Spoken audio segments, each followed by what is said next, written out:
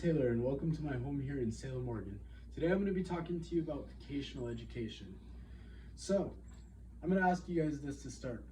When you guys were in your K through 12 classes, were you ever bored in class, or did you ever take a class that completely didn't pertain to you? Well, I'm sure many of you guys answered yes, and that's where vocational education comes in. So I'm sure you're wondering what vocational education is. Vocational education is the access to education, such as classes like woodshop, cooking, personal finance, classes that are going to teach you more about life skills opposed to classes that are going to teach you more about concepts such as math, reading, sciences. And so these classes are really important because they help to create smaller class sizes within school, help eliminate standardized tests, and help college not be such a funnel for students, and also prepare students more for life. And so that's why I'm going to talk to you guys today about why vocational education needs more funding. So some arguments people have against vocational education are it's quite frankly just not for everybody. Budget cuts make it really hard to have vocational education and promote math, English, and science, which get put on a platform of standardized testing. So to answer about vocational education not being for everybody, quite frankly it isn't. Not everyone wants to take a woodshop class. Not everyone wants to take a cooking class. And that's the beauty of vocational education, that it's going to allow students to kind of customize their education, take classes they're more interested in, have classes where they're excited to go to class every day. And it's going to give them the freedom to learn about things that they're passionate about, and it's going to allow them to do better in school. And with standardized testing is a great way to show how a group of students is doing on an individual subject. It shows how a group of students does on the test, because they all take the exact same test.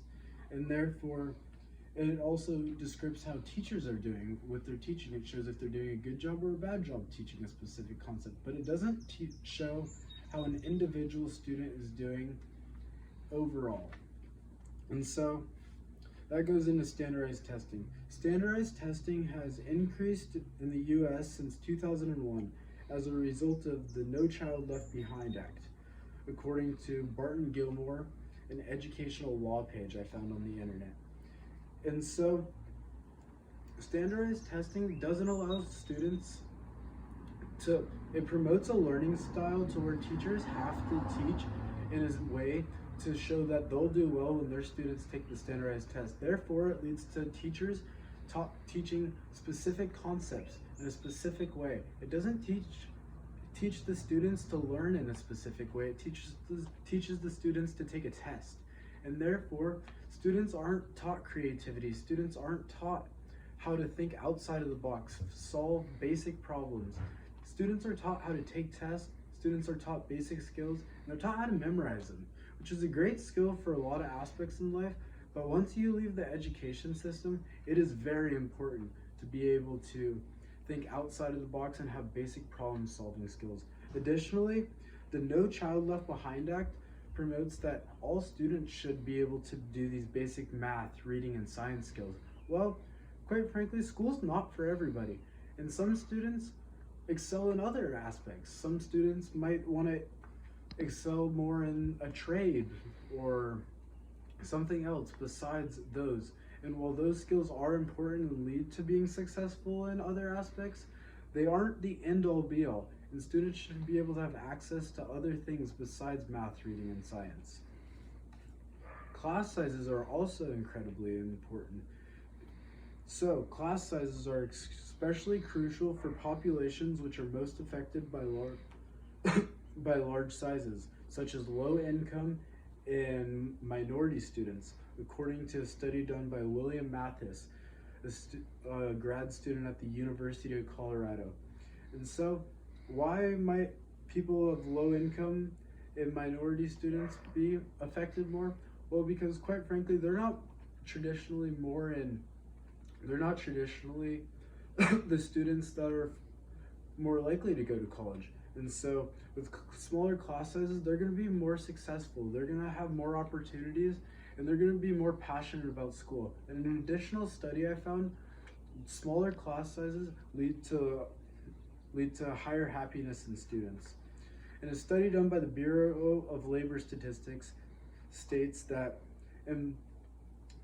from 2012 to 2022, 2.4 million jobs are going to require a graduate degree or a more advanced degree.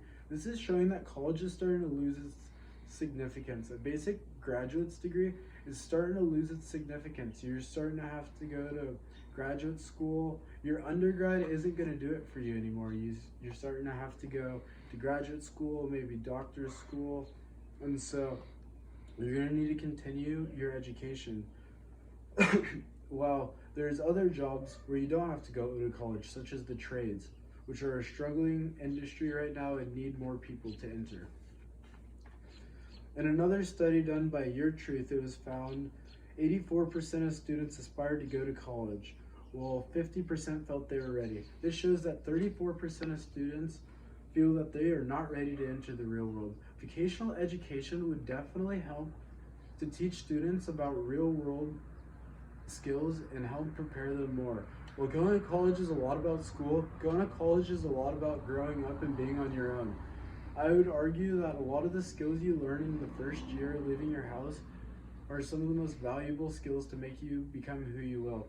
And if you took more vocational education classes, you would have more of those skills and be more prepared for your first year by yourself. So, as a result of that, we need more funding for vocational education so that it can support all of this reasoning. With more funding, we can allow students to find themselves, have smaller class sizes, not pursue as much higher education and explore other options, and be more prepared. So when you go to vote or eventually send your child to school, think of this. Do you want them to have access to vocational education?